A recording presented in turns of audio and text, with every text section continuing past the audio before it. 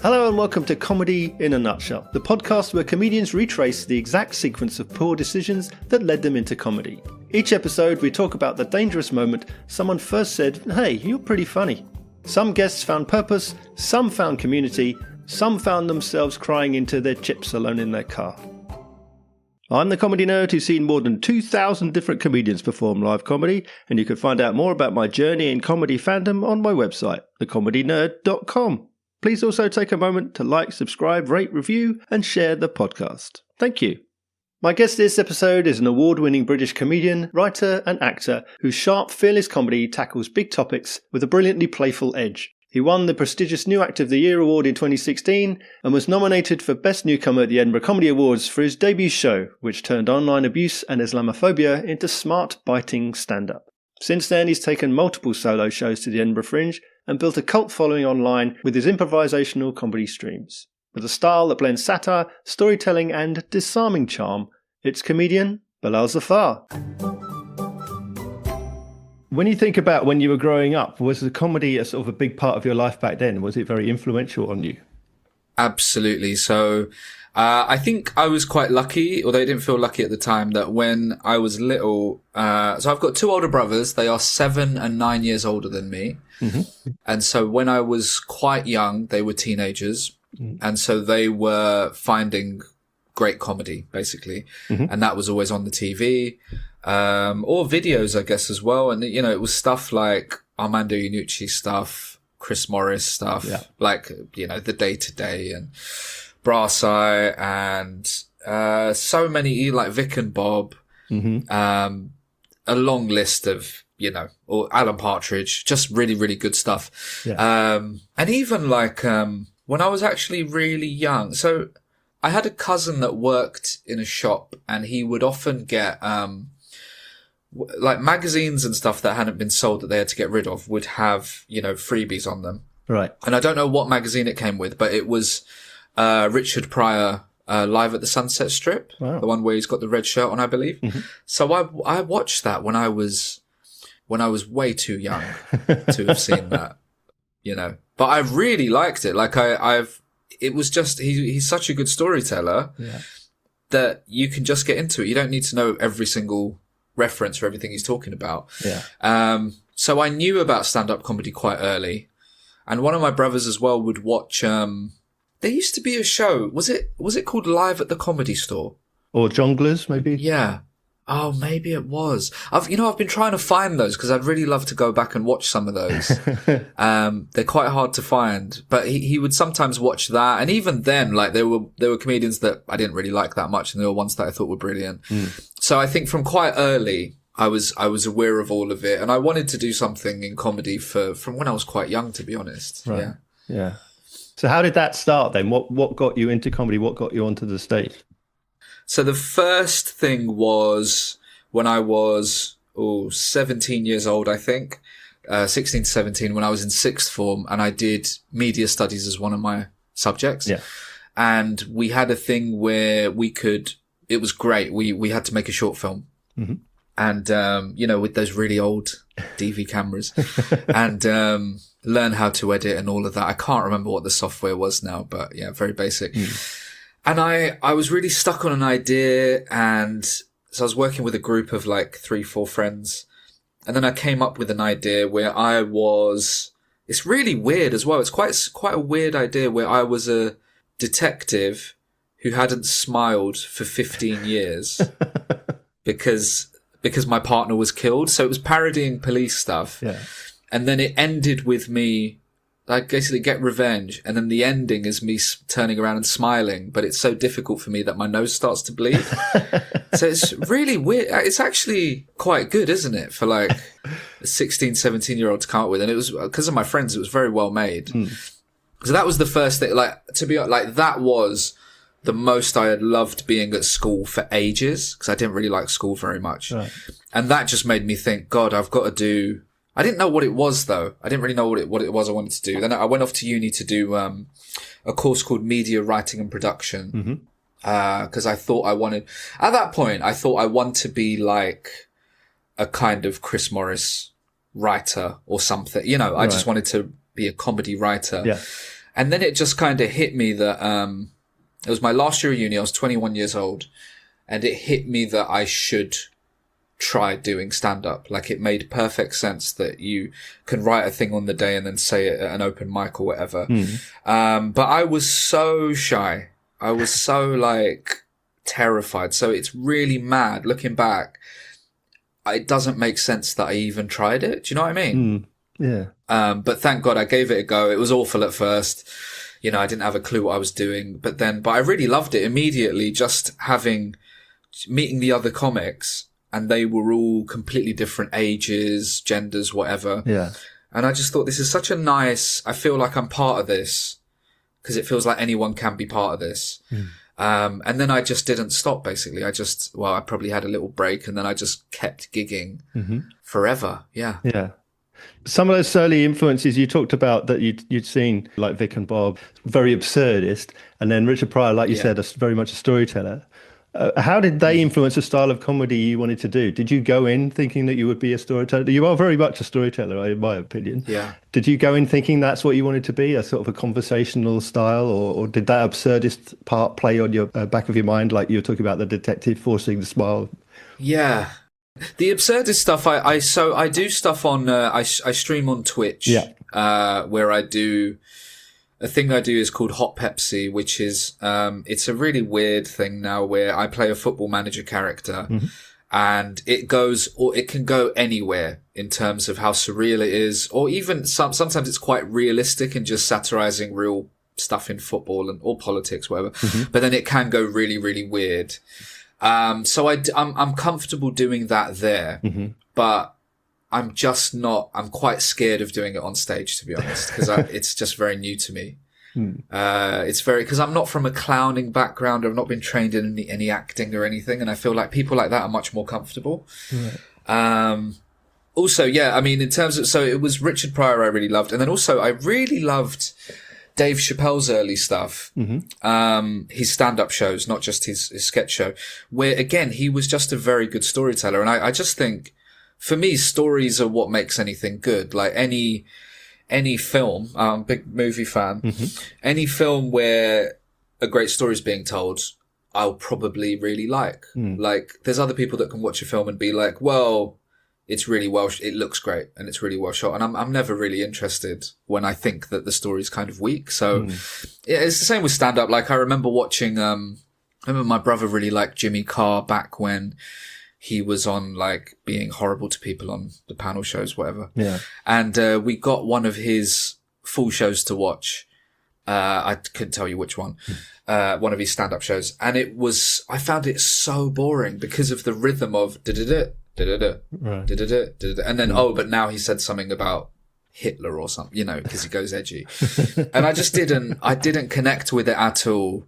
And I just never, not that I don't like any one-liner comics, but I just really, the story stuff, to be taken on a journey, it's just way better, isn't it? It's so engaging. So, I try to do that with everything I do. In terms of the surreal thing as well. So this year's show, I am gonna try and do stuff I've never done before, including, getting people out of the audience and having some sort of game show section and some really silly ideas. But again, like, I'm so scared of doing it. So at this point, so we're talking in, the end of May? I have figured out what the story is of the show and what it's about. But I'll tell you quickly. Basically, I have had to get a day job for the first time in years. And it was horrible for my ego at first. And I really felt like humiliated and which is a weird thing to say, isn't it? But I felt, very embarrassed when I see all my friends getting on TV and stuff. And the fact that I was so proud of only making a living off comedy. Yeah. But then the job I'm doing now, I'm a teaching assistant for a year 2 class. Right. And it's not easy. And so sometimes it is quite tough, but I love it. Like, I really enjoy it. And I'm part of this school and all these kids know me. And I think I overall I think I'm quite good at it. I think I'm quite good with kids. And, it's improved my life so much. It's improved my mental health so much, which I only realized how bad it was when it got good. Do you know what I mean? Right. Yeah. Like, I had this horrible, I'd wake up with this anxiety every day because I was chasing late payments.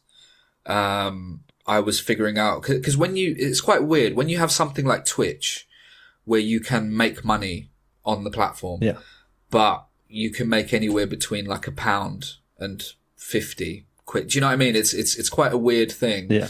And so I'd wake up with a feeling of how am I going to make money today? Because I need to. Yeah. And it was just, it was so stressful. So anyway, the message of the show is going to be about, I suppose, finding happiness kind of when you don't expect it. Yeah. But amongst all that, I want all this silly stuff. And then obviously if it can all tie up at the end, that's the aim, isn't it? Yeah. But I'm finding that very, just scary. And then I go and do these previews and then I regret not having prepared more silly stuff. It's like these lot would have been fine. Yeah. You know? Yeah. Yeah. Is that a sort of an interesting amalgam, if you like, from acting and then from streaming and then going into stand-up? You're sort of taking like the best of everything, the prepared material, the improvisation, the collaboration with audience members, and then creating something new out of all these like small parts from each. I hope so. Yeah. Yeah, that's the plan. I mean, so the stuff I do on Twitch, for example, and things I've made on YouTube and little short films and things, they tend to be so silly and fun in a way that I don't necessarily do on stage, because I just find it, I think I'm quite proud of myself in terms of stand-up. And I think generally, like, the majority, like 99% of my gigs this year have felt really good. Like I feel very comfortable now and I just enjoy it so much. Yeah. But it's about, I want to push myself and do something different, you know? Yeah. I really want to show how funny I can be and more than how interesting I can be, if that makes sense. Do you know what I mean? Yeah. Like, I think I would have done a show that would have been really meaningful and sure it might have got nice reviews and stuff like that. But ultimately I'm like, I feel kind of bored. Right? Yeah. That's one of those questions, isn't it? How do you keep yourself entertained? Especially when you're performing a show over and over again, like you are at the Fringe. You've got to keep the joy in it for yourself. How do you go about that? Is it constantly reinventing yourself, re-challenging yourself and providing alternatives to keep it varied for you? Or is it something within the show, that little element of improvisation or collaboration? What I always used to do in Edinburgh was I'd get to a point on my show where it's sort of a good point where it's about to be sort of concluded and wrapped up and everything. And before that, I always say sort of, thank you for coming, because I always think it's nice to do that. But then within that bit, I would always go really stupid and just start improvising stuff and like just say things like, which I think is the times I enjoy stand up the most is often when not necessarily a fully improvised show, but when someone goes off and does something, it's always just because you have to be in the room for it. So I had like, for example, I'd have a show in Edinburgh which started a bit slow, like you can tell they don't really trust you at the start. And in that bit near the end, I'd say, you didn't like me at the start, did you? Like, you didn't think I'd be any good and stuff like that. And just referencing anything weird. If someone's got a weird laugh or something that you've been ignoring, bringing that up in that moment is quite nice. So I'd usually have that. I'd have that, but I'd love to have more. Not the whole thing. Like I said, I wouldn't want to do a fully improvised thing, I don't think. But it'd be really fun if I could get the audience involved for some bits. And it would be slightly different every night. That's the plan anyway. What have I got? 2 months? Yeah. Yeah. What do you think about comedy has surprised you? What's different to what you kind of anticipated going in? That's a really good question. I think I always thought that you have to sort of be something else. And I guess I always felt being myself isn't the right thing, if you know what I mean. Right. Because especially when you're like an open micer and you see these people that are very slick and you think, oh, he's great. But actually he wasn't great looking back. It's just that he just seemed very polished and confident. I realized quite quickly. So I've never felt like I've fit in anywhere. I'm one of those people. And I've always had like this voice that sounds downbeat and my tone always sounds, I think, sarcastic or a little bit rude. I've always had that issue, And when I first did the Fringe, I had all these reviews and stuff saying that I have this like brilliant wry style. Right. And all of this. And I've not been trying to do that on purpose, but I thought that's so interesting that this way that I speak is kind of, I think, kind of monotone, but it is different to a lot of people. Right. And I thought that's really interesting. And now I can play that up a bit where, there's certain punchlines where I just say something really softly or something, and it just really works. You know what I mean? I feel like not everyone could do that. So I think that's been the biggest, a kind of positive surprise, right? You know, that you really can, like, I had a really cool job last year where I was teaching a group of drama students, to do stand up basically. And it was part of their course. And then at the end, they all did a little gig, and that was absolutely fascinating. Like seeing what makes different people funny. And I was always trying to encourage them to be themselves, because that is the best. And you had people sort of doing a persona. Yeah. They think that's what they're meant to do. And then you'd kind of get them to tone it down, and then they'd find the thing. And I find it all that stuff fascinating. Yeah. Yeah, absolutely. I talk about that an enormous amount. And one of my questions would be for you, how much of you is on the stage and how much is it a version of you, a character of you, which you've kind of explained. But I mean, it's interesting that you can talk about difficult themes, but it's in like a welcoming, conversational way, not in an irate, angry young man comic kind of thing. Yeah. Is that you, or is that, as you've kind of alluded to slightly, you've worked out what works, what doesn't work, and you've created a sort of a version of yourself in that respect? It's a bit of a mix, I think. Yeah. You're definitely, you're creating the thing a little bit, but definitely it is, I'd say it is a lot like me. I can't really hide who I am. Like, I'm quite cynical, and I'm quite, things that I consider like weak comedy, I'm quite open about. I get wound up by it. Do you know what I mean? Yeah. I'm not slagging off loads and loads of comedians, but, especially when there's big famous ones. Yeah.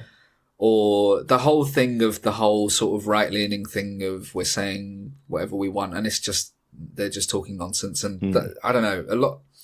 I love comedy so much, and often in that bit of this, like I was talking about in previous Edinburgh shows, when I get to that bit of the show, sometimes I'd start slagging people off in that bit, but it would always, I think I'm quite lucky that I can get away with a lot. Do you know what I mean? So some people, I think I have a thing where I'm usually likable, which is, I think I'm very lucky to have, because not everyone has it. Yeah. I think it's obviously because it's like the pre-prepared bits are like, those are things you've done again and again. Yeah. So it's like, with that you are, but anything else outside of that, I'm definitely being myself. And then there's just being cheeky as well, isn't there? It's just really fun. Like, I opened for Stevie Martin, she's a good friend of mine, who's of course a huge star now, was deserved. She was Bloomsbury Theatre, which is massive, and I was doing a 20-minute opening for her, and they were such a lovely audience. And then for no reason, I started like having a go at them, but it was really funny. Like, I started looking at, and they filmed it as well. And I'm going to try and get those bits. I'd love that.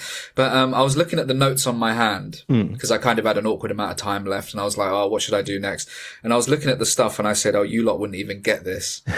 just really aggressive, but they got it. It was just, and then I told them that I'll be sitting in the audience for Stevie's show. And I said, no one talk to me, which they all laughed at, but then nobody talked to me in the interval. So I don't know if they took it seriously, but I don't know. That's just really funny to me. Yeah. Just being antagonistic for no reason. Yeah. Do experiences like that, or from your Twitch streaming or other audiences, do they teach you things about your audience, about yourself? Because we can talk about, you learn about comedy, you learn about delivery, all that while doing comedy. But do you learn about yourself and the audience, the way they understand you, the way they perceive you, the way they react to you? Yeah, I think definitely I mean, what I've found is there's certain bits of stand-up where you can tell that the audience are just really fascinated to know what's coming next. You can just feel it, Yeah. And then you're on something good, even if you haven't got there yet. It's like you just start talking about a thing. Yeah. And it's like, oh, it's great because it's, you sometimes just hit on a thing that no one else has really talked about yet. Or that's how it feels. Or no one talks about it the way you are. And even that show that you saw, Imposter, that you saw in Edinburgh, which I don't think it didn't do that well, really. I think it was a bit too niche because it really was just one story.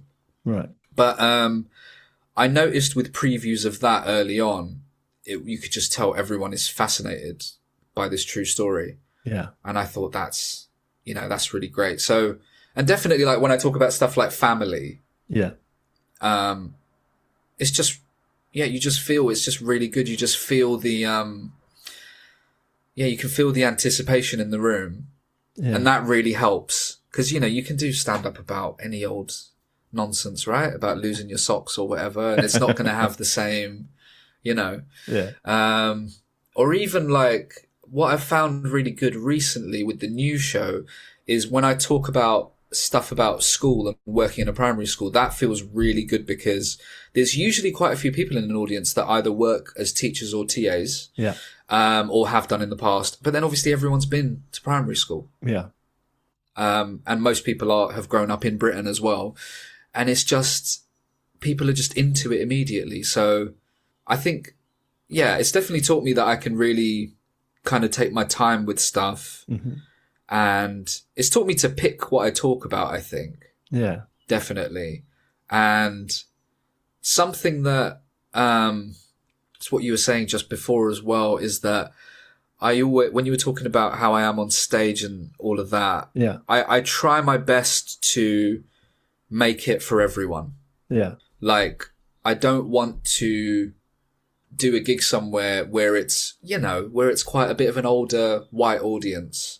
I don't want to do loads of stuff that they won't necessarily know what I'm talking about, which is quite easy with like a young kind of cool London crowd. You know what I mean? Yeah, yeah. I want to always be doing my best to entertain the room because I've seen, I've followed comedians where like it's an audience like that and they've done barely anything that they can get on board with. And it's like, they don't know what you're talking about. They don't understand, because a lot of comedians, I think, they talk like they're online on stage, if you've noticed. And some of the references and stuff. And it's like, these guys don't, these people go to the theatre and they're not on Twitter and stuff. So that's all, that's the aim. And it's like, figuring that out can be hard, but luckily I've done it long enough. Like, I'm sorry, I am jumping all over the place. Yeah, no, go for it. But something I realized recently is, so there's all sorts of gigs, right? And there's like Asian gigs where it's Asian comics, pretty much 100% Asian audience. And I used to do those a while ago and I used to struggle because that sort of audience, they're generally not massive comedy fans. They might like Paul Chowdhury, you know what I mean? But they don't really watch a lot of stand up, a lot of them. And because of my sort of downbeat demeanor, I think a lot of them thought, oh, he's like not very good at this. And he's not, and I think I didn't make them feel confident. Right. But now when I've been doing them more recently, I absolutely love them. And I've like figured out my way to do them, if you know what I mean. So like immediately I'll just say, I won't go into material. I'll say stuff like, I had one recently. I said, it was really nice actually. Watford, I can't remember, big theatre. Yeah. I said, so it's like a complete Asian audience. And I said, it's lovely to be here. I said, it's amazing that it's such a, I think I said it's such a it's great to be at have such a diverse audience. But I said, is it diverse though if we're all the same colour, right? And it's stuff like that, immediately getting them on side, right? And then I can go off and do material. But I used to just think, oh, these guys hate me and I can't do it because I'm not high energy. And I think I've become quite good at tailoring. It helps when you've been doing it for a while and you have a bunch of stuff, Yeah. And sure, there's stuff I have that I can do that will work more with an Asian audience than, I've got to think about like calling, in sort of Asian families and I think African families and stuff, you'd call like your parents' friends auntie and uncle out of respect, you know? And I had a thing about how I can't call my mother and father-in-law, because they're white, by the way. I can't call them auntie and uncle, so I have to wait for them to look at me if we're ever at anything, because that's the only way I can communicate. And that's been, it's not a really strong bit, so I probably won't do it in club sets. But at the Asian gigs, they're so on board with all of that, right? With the whole, they just like certain family things and auntie and uncle stuff. They love it, and they've never hear anyone talk about it, right? Yeah. Because realistically, what you get with a lot of, it's just very basic stuff at gigs like that. Do you know what I mean? Yeah. But you know what I mean, right? It's like, because I used to do a lot of those, and yeah. But there's this kind of understanding who your audience is, whether it's an audience who've come specifically to one of your shows to see you, or a mixed bill where you're playing to a particular demographic who's an audience. And understanding the audience and understanding what they will understand, what they will respect, if you like. Yeah. But also knowing yourself, if you're writing gags, you say, well, I wouldn't say that. That's not the sort of thing, that doesn't fit who I am. So I can't say that joke. Yeah. Exactly. Yeah. Yeah. And I really think every comedian should be able to do that, really. I think there's kind of no excuse for it. Because I've seen I've seen some terrible, like, I did a gig in a church, and someone was just, all their material was about sex. And it was a part of a comedy festival, and it was like, the church was being used as a venue, but we were told that a lot of people there were members of the church. Yeah. And so it's weird, because like, I think people hearing about that would think, oh, that's really funny. But actually, when you're in the room, it's not funny. It's really uncomfortable. I'm sure you've witnessed this sort of thing. Yeah. It's just really uncomfortable, isn't it? Yeah. And it's like, and it's unprofessional, because you're there to do a job. Yeah. Yeah. Well, you talked about seeing these other comedians that were doing the performing. How do you see comedy now as an audience member? Are you someone who goes out to be entertained by comedy? Are you someone who can watch it as an entertainment, or do you watch with an analytical mind, or do you just avoid it altogether and it's now separating work from play? To be honest, I'm in a terrible habit of not watching much TV. Right. British comedy on TV, and that is from jealousy, to be honest, because because I've been close to getting on things, like really close, or I've been a standby for shows where like if someone gets ill then you're in, and then it never happened, and then I was never called back again. I've had that stuff, and then you just don't want to watch the show, even when it's like your friends on it, which is not good. I know it's not healthy, and I need to force myself to just start watching loads of stuff, because it will help. It's really interesting, actually, because in 2016, I got the newcomer nomination for my first show. Yeah. Then in 2017, I was under so much pressure, and I just felt horrible. I really felt like I had to prove something, and I wasn't getting any reviewers in. And I just felt, I was just really bad space I was in, really, mentally. And I wasn't watching any shows. And then when you do that, you build up this thing of, you think that everyone else is doing amazing and you're not. Yeah. And so when I go to Edinburgh, that's definitely where I watch the most shows. I'll see a bunch of stuff, and usually my wife comes up for like a week, and that's a really nice treat, because she isn't from comedy. And then I just get to take her to really nice shows. Friends of mine as well, people like Rob Orton, John Luke Roberts, and I could name so many people that have really interesting creative shows that aren't just stand up. Yeah.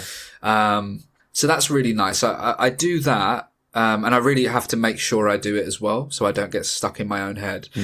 Sometimes so I live in London, and occasionally I'll go to things.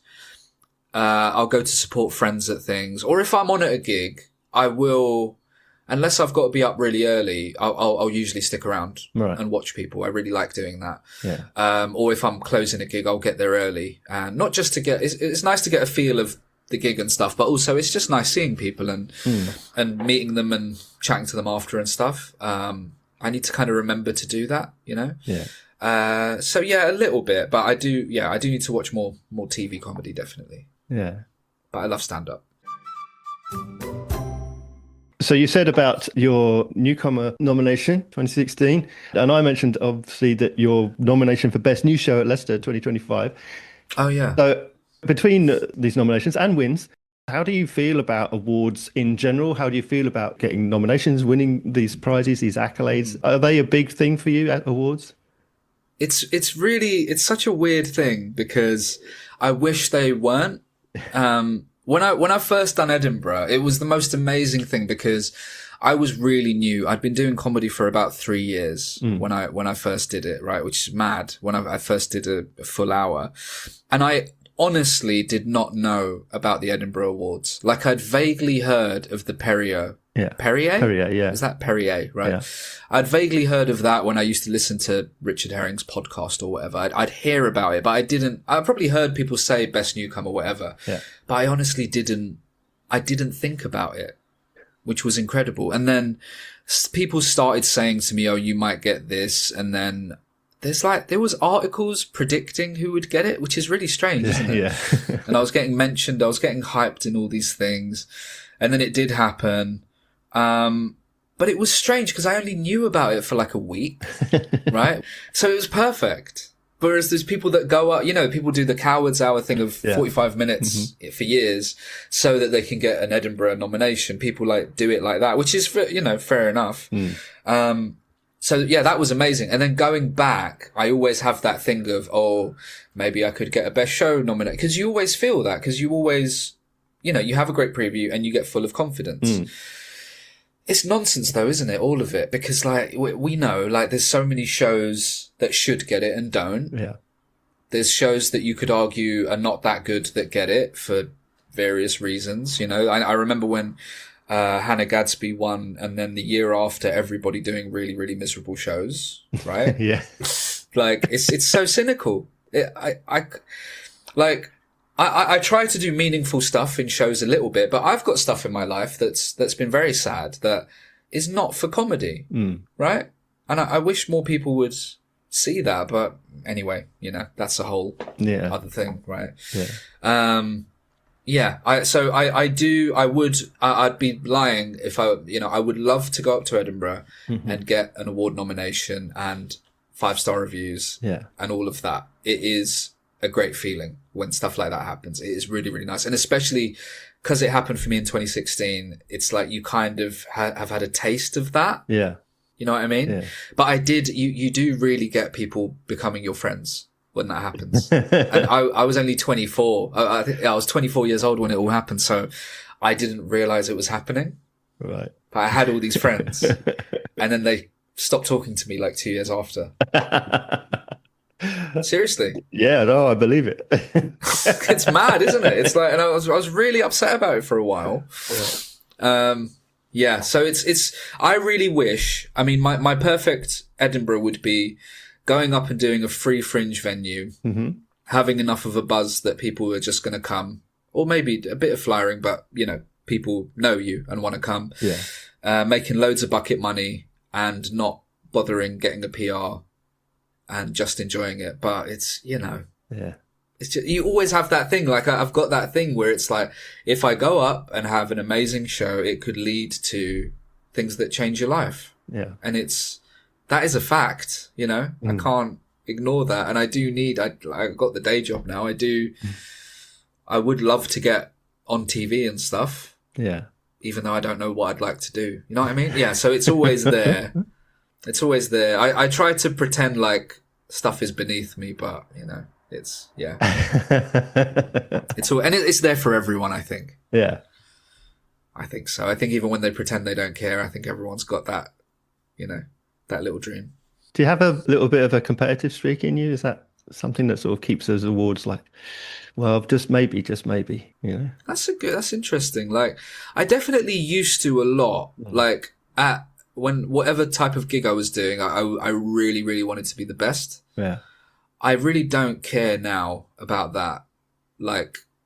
I'm quite happy if I have a gig and I feel it was okay. I don't want everyone else to do worse than me. I'm not like that. Right. I think maybe I'm in a good sort of space with that stuff.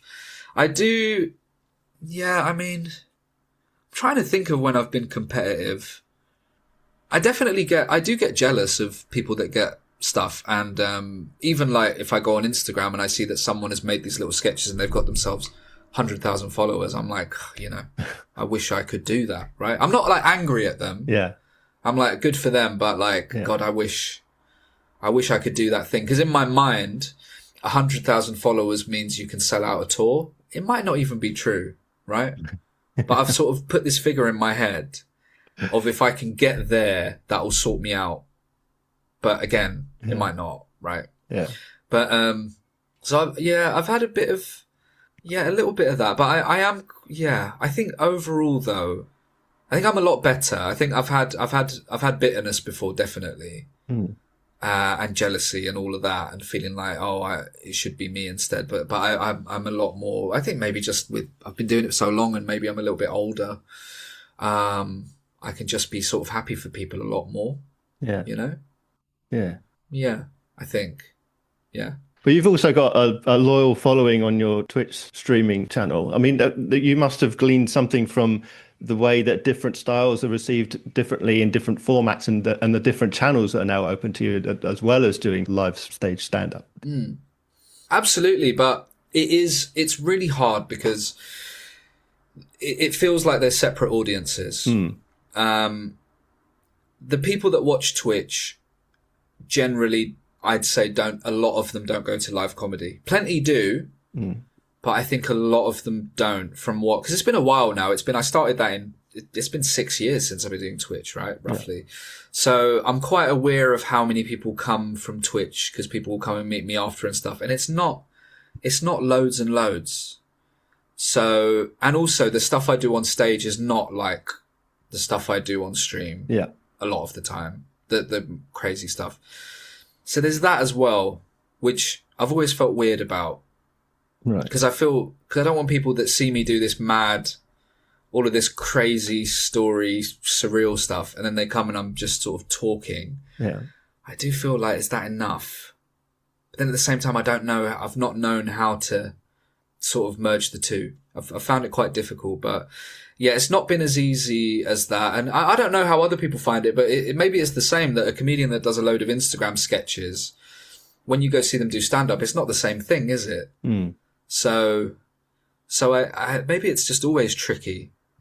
And I think it's easy to always feel like everyone else has things figured out, right? Yeah. But I think everyone is kind of trying to figure stuff out.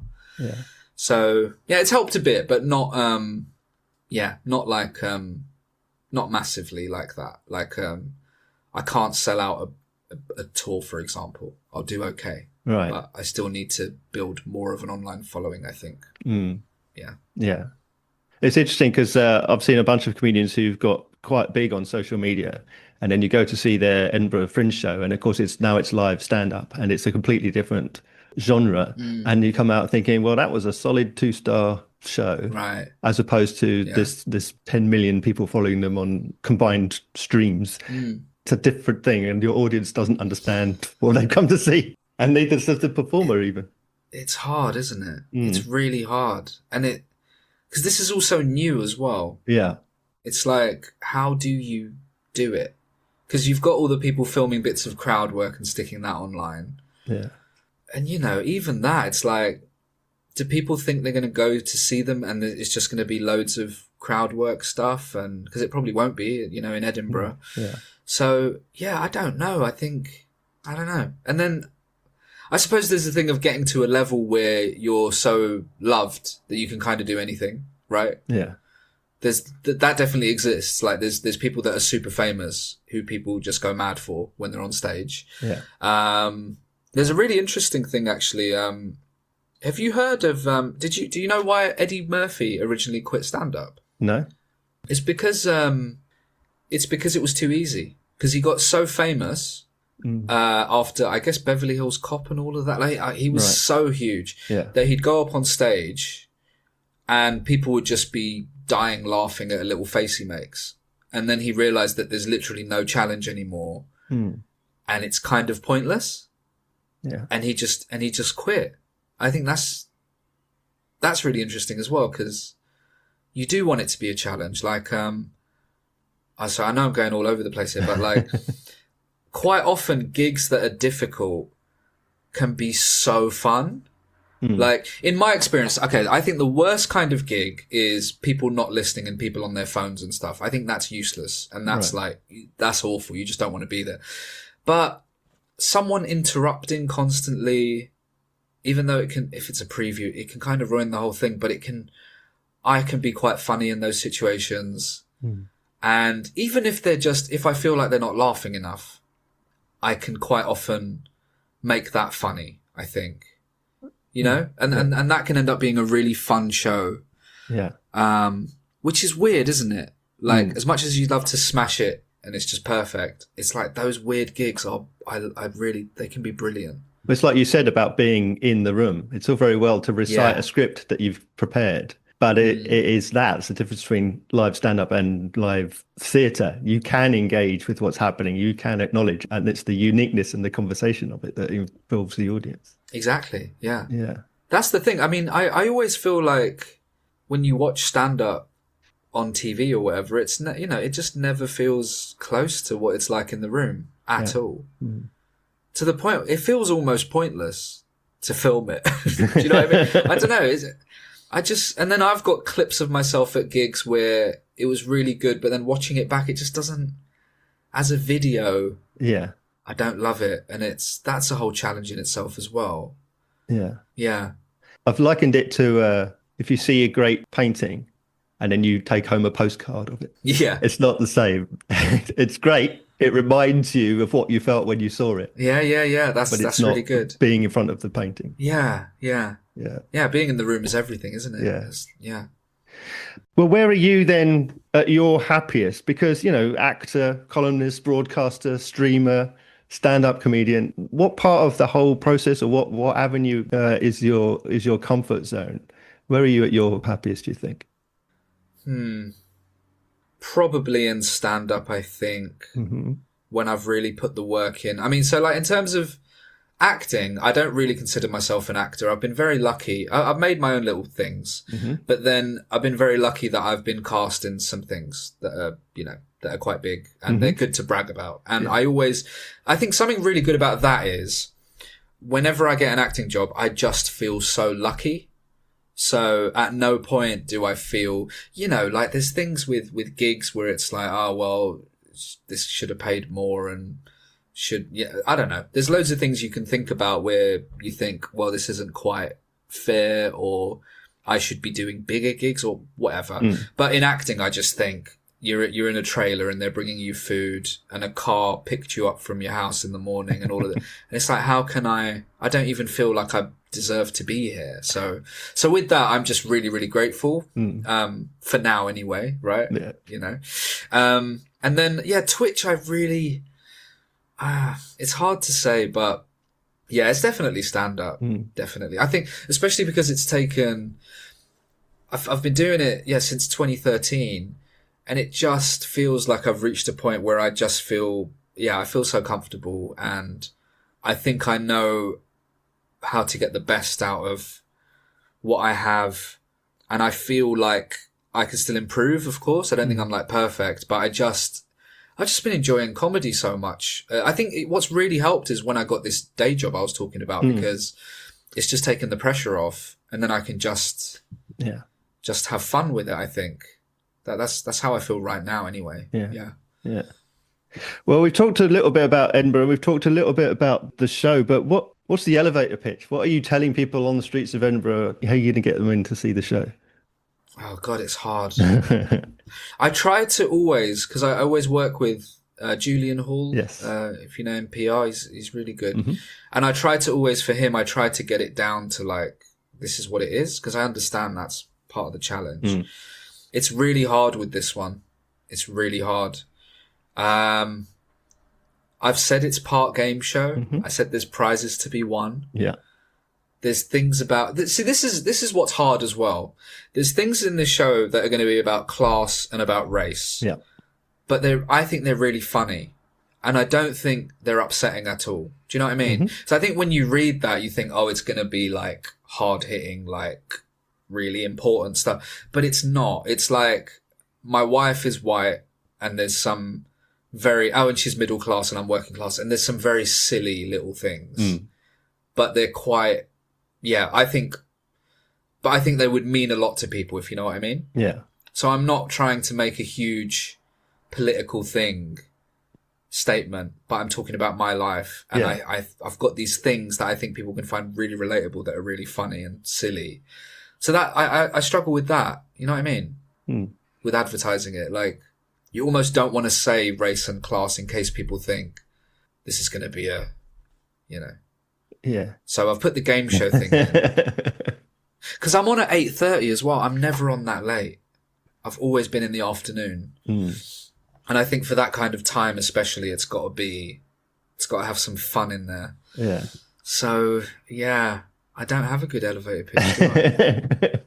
So sort of class, but not political. It's family, but it's not combative. It's game show, and there are prizes, but there's more than meets the eye. Yeah, I guess It's more than the sum of its parts. I want to tell people it's really fun. Yeah. Right?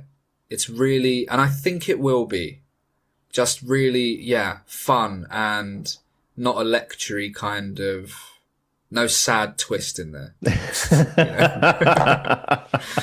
Even though I am going to mention that about mental health a little bit, but I'm not going to dwell on it, and I'm not going to go really dark and like I've seen people do. And I mean, I feel like I'm slagging off other comedians, but obviously people can do that stuff brilliantly, but then also people can do it very cynically. And I don't like that. Yeah.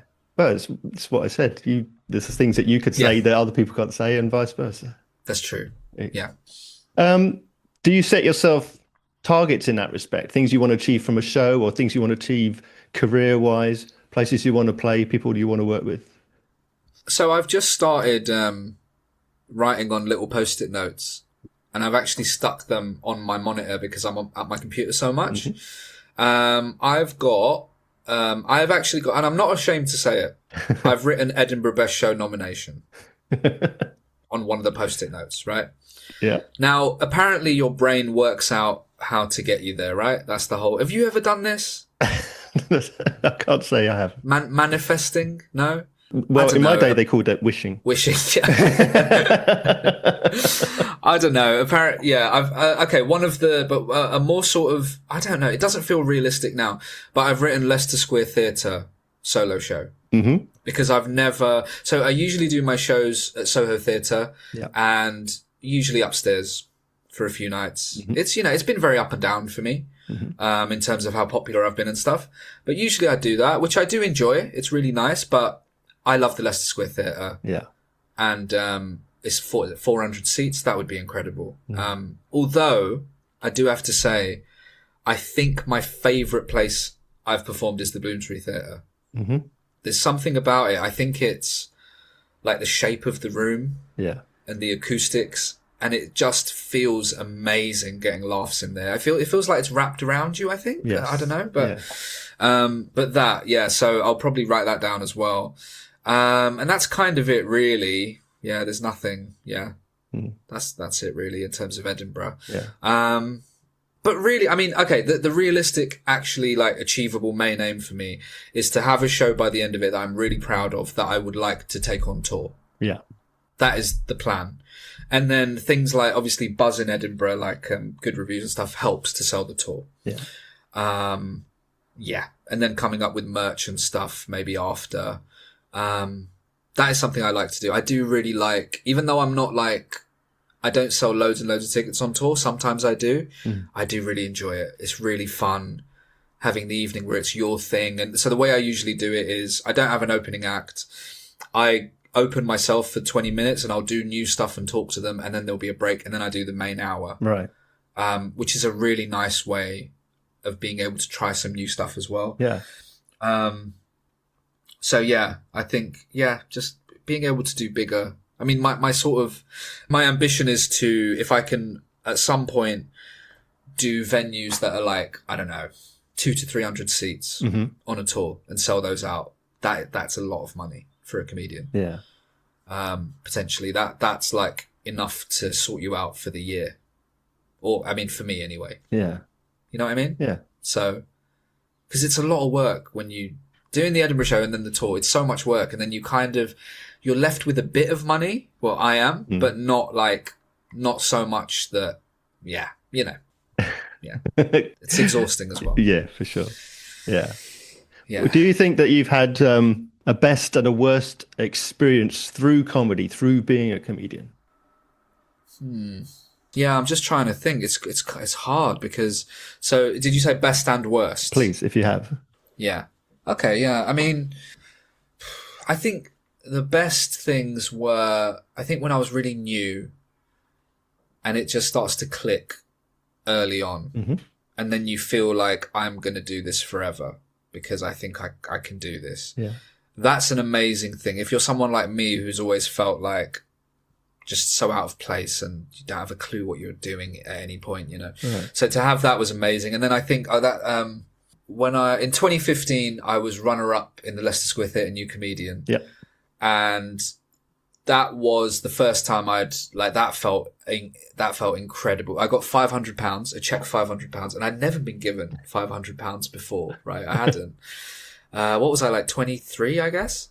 And it was just, that was incredible. I feel like those are the best moments, really. I think realizing you can actually do it. Yeah. And then in terms of like the worst stuff, that's a good question.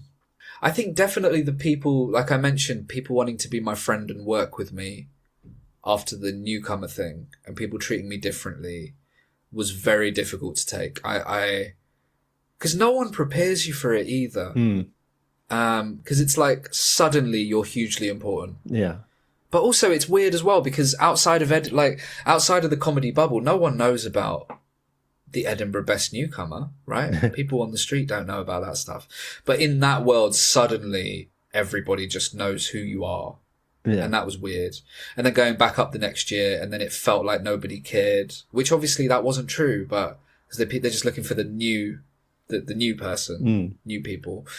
But I found it really hard. I couldn't understand what was happening, and I took it very personally. Yeah.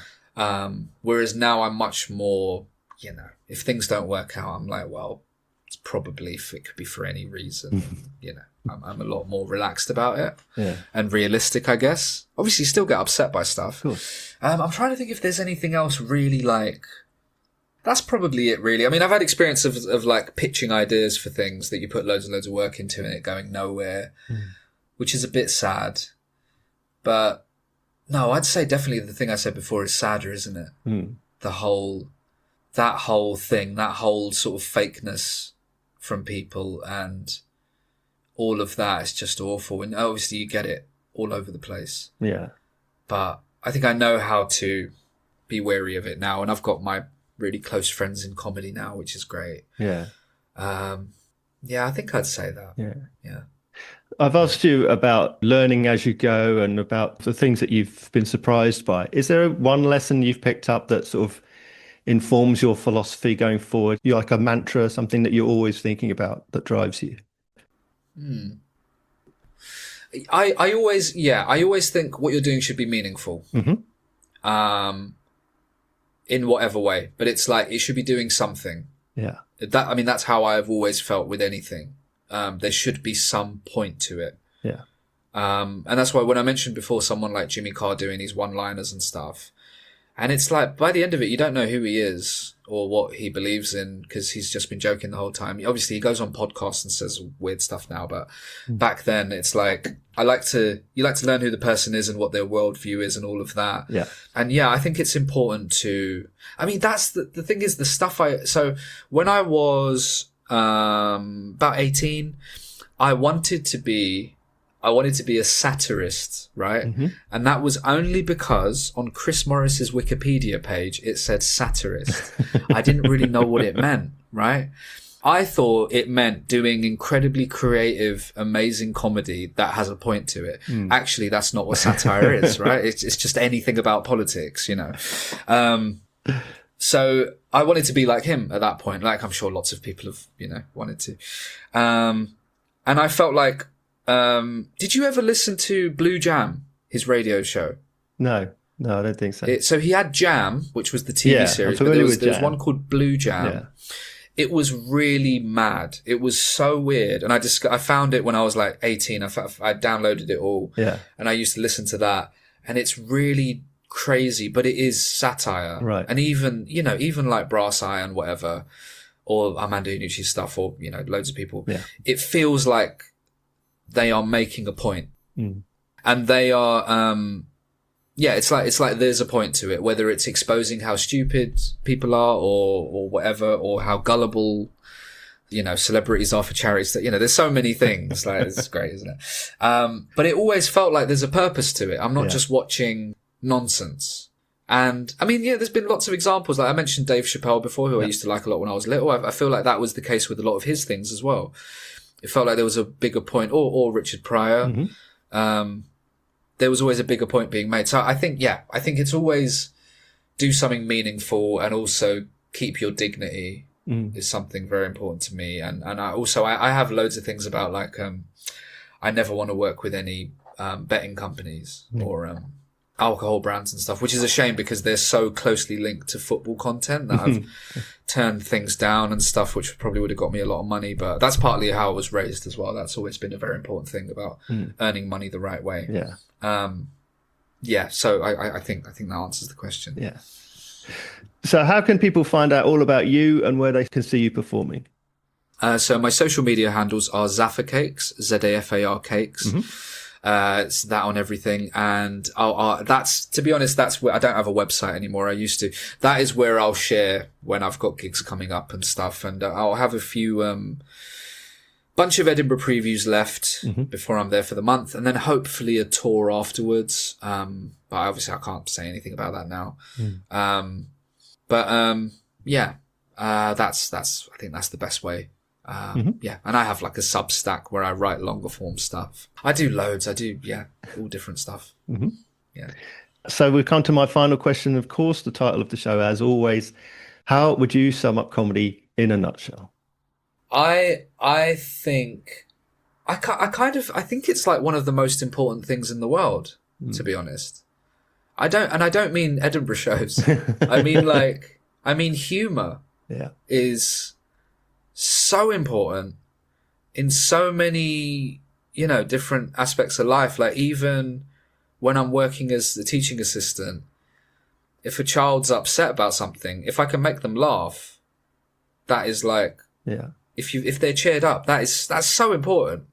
And even just in terms of building rapport with people and in a relationship, in a marriage, in my opinion, it's so important to be laughing. So I really feel like it's absolutely everything. Do you know what I mean? Yeah. But again, I'm not saying, Edinburgh shows are everything. I mean in the wider, do you know what I mean? Yeah. In like, I just think, and even like, when you've got stuff, there's stuff that's universal, obviously, when you've got, even like Mr. Bean or something, or like Laurel and Hardy, where it's like there's no words, but anyone in the world or pretty much any age can get it. It's like, I just think that stuff's incredible. Yeah. Just, having a laugh with a stranger is like the best feeling in the world, I think. Yeah. It can be, right? Yeah. That's how I see it anyway. I think it's very important. Yeah. In life. Yeah. Yeah. Bilal, thank you so much for being my guest. I've had an absolutely wonderful time. Thank you. Thank you for having me. Cheers.